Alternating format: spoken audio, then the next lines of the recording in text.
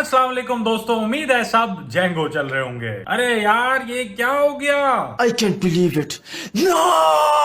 इससे अच्छा था कि बारिश ही हो जाती। मैच को तमाम उन लोगों की नजर लगी है जिनका ऑस्ट्रेलिया वीजा रिजेक्ट हो गया था और टिकट बिक के नहीं दे रही थी, या फिर हमें बाबर भाई का चौड़ापन भारी पड़ गया। क्या रेन रेन गो अवे गा रहे हैं सारे प्लेयर? बच्चे को लोरी नहीं सुना रहे। अभी तो खत्म हुए थे हार्ट अटैक मैचेस, दिल को जाके फाइनली थोड़ा सुकून मिला था कि फिर ब्लड प्रेशर हाई हो गया। मेरे ख्याल से मैच देखते हुए हम सब की कंडीशन यही थी। आगे देखता हूँ, मेरा पेशाब निकल रहा था, 2-3 दफा मेरा पेशाब निकला है। जाहिर है काफी लोग मैच को लेके परेशान भी हैं। ये बाबर और रिजवान T20 की जान क्यों नहीं छोड़ते हैं यार। लेकिन खैर हो गई, दिल के टुकड़े इकट्ठे करने के बाद मैच पे थोड़ी बात करते हैं। साल का तीसरा इंडिया पाकिस्तान मैच 1-1 ड्रॉ चल रहा था। बारिश की टेंशन थी, काफी हड़ाहुड़ी मची हुई थी, इस हद तक के द रॉक सर तक बोल गए। It's time for India versus Pakistan. खैर मैच शुरू हुआ, बाबर और रिजवान जल्दी चले गए, मिडल ऑर्डर एक्सपोज हो गया और हम सब टेंशन में आ गए सिवाय मिसबा के। आपकी स्पेशलिटी क्या है सर? Middle order.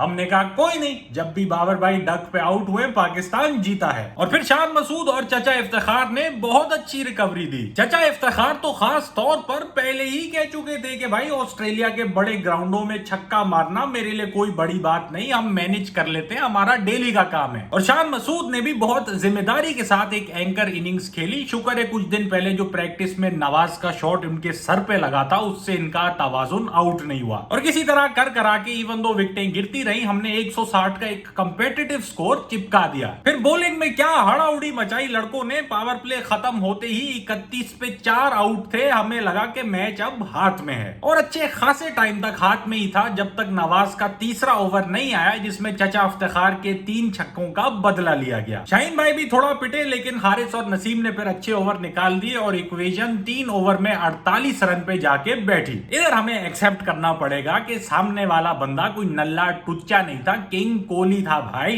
इंतजार में बैठे हुए थे कि जैसे ही मौका मिलेगा मैं झपटूंगा, और यही हुआ भाई। 18वें ओवर में शाहीन को 3 चौके, 19वें ओवर में हारिस को 2 छक्के, और कोई गंदी बॉल वाले नहीं यार, सब मास्टरफुल शॉट। फिर आखिरी ओवर में आ गया फैसला नवाज के हाथों में, जो कि हमारी मुल्क की तारीख में कभी अच्छा नहीं रहा है। इसके बावजूद नवाज ने अपनी तरफ से पूरी कोशिश की। पहली बॉल पे आउट, दूसरी और तीसरी गेंद पे टोटल 3 रन, और फिर हो गई नो बॉल। अब इस पे गली क्रिकेट वाला माहौल हो गया। कोई कह रहा है कि अंपायर ने कोहली के कहने पे दी, कोई कह रहा है कि भाई क्रीज से 1 फुट आगे खड़ा है, नो बॉल कैसे हो सकती।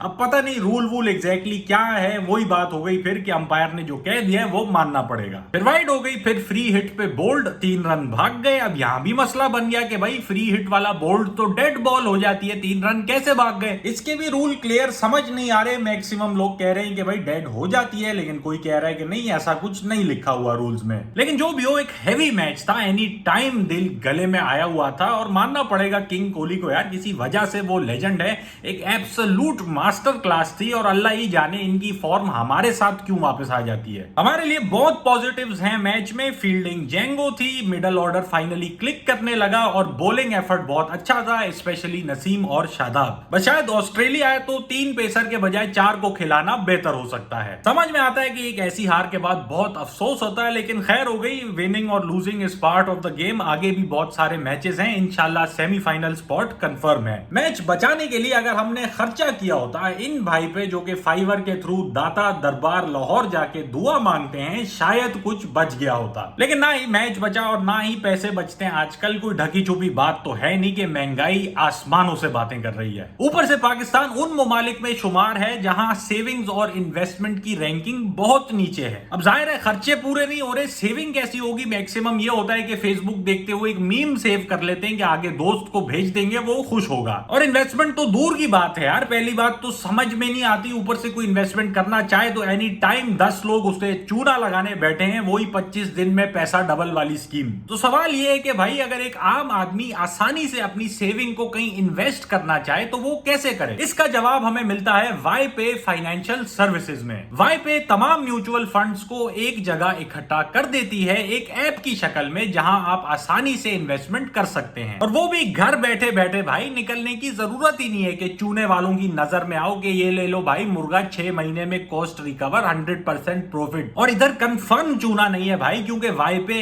SECP यानी कि securities exchange commission of Pakistan से अप्रूव्ड है। आप वेबसाइट पे जाके चेक कर लो। ऊपर से ये एजुकेशनल वीडियोस और ब्लॉग्स भी प्रोवाइड करते हैं ताकि आप सीखते रहें म्यूचुअल फंड्स में इन्वेस्टमेंट के बारे में। और ऐसा नहीं है कि कोई मिस्टर बजाज 640 करोड़ रुपए टाइप रकम से शुरू करना है। आप मिनिमम 1000 रुपए से भी शुरू कर सकते हो, जो कि हम वैसे ही उड़ा देते हैं या फिर दोस्त के खाने के लिए देने पड़ जाते हैं, क्योंकि वो कंजूस अपना वॉलेट गाड़ी में भूले होते हैं। तो एक दफा डाउनलोड करके ट्राई तो जरूर करें, और अगर आप मेरे रेफरल कोड अकबर 500 से साइन अप करते हैं तो आपको अपनी पहली इन्वेस्टमेंट में 500 रुपए का कैशबैक मिलेगा। तो जल्दी से बता दूं कि म्यूचुअल फंड इन्वेस्टमेंट करनी कैसे है। ऐप डाउनलोड करने के बाद साइन अप किया, लॉग इन वगैरह करके फंड्स के पेज पे जाएं और एक म्यूचुअल फंड सेलेक्ट कर लें। इन्वेस्ट नाउ पे क्लिक किया, KYC फॉर्म भरा और पेमेंट मेथड सेलेक्ट किया, या तो IBFT या फिर NIFT। IBFT की केस में रिसीट अपलोड कर दें, NIFT की केस में डिटेल भर दें, और हो गई भाई इन्वेस्टमेंट। 24 घंटे के अंदर अंदर एसेट मैनेजमेंट कंपनी से अप्रूवल आ जाना चाहिए। और इन्वेस्टमेंट रिडीम करने का भी देख लें। होम पेज पे जाके रिडीम का बटन क्लिक किया, जिस इन्वेस्टमेंट को रिडीम करना है उस पे क्लिक किया,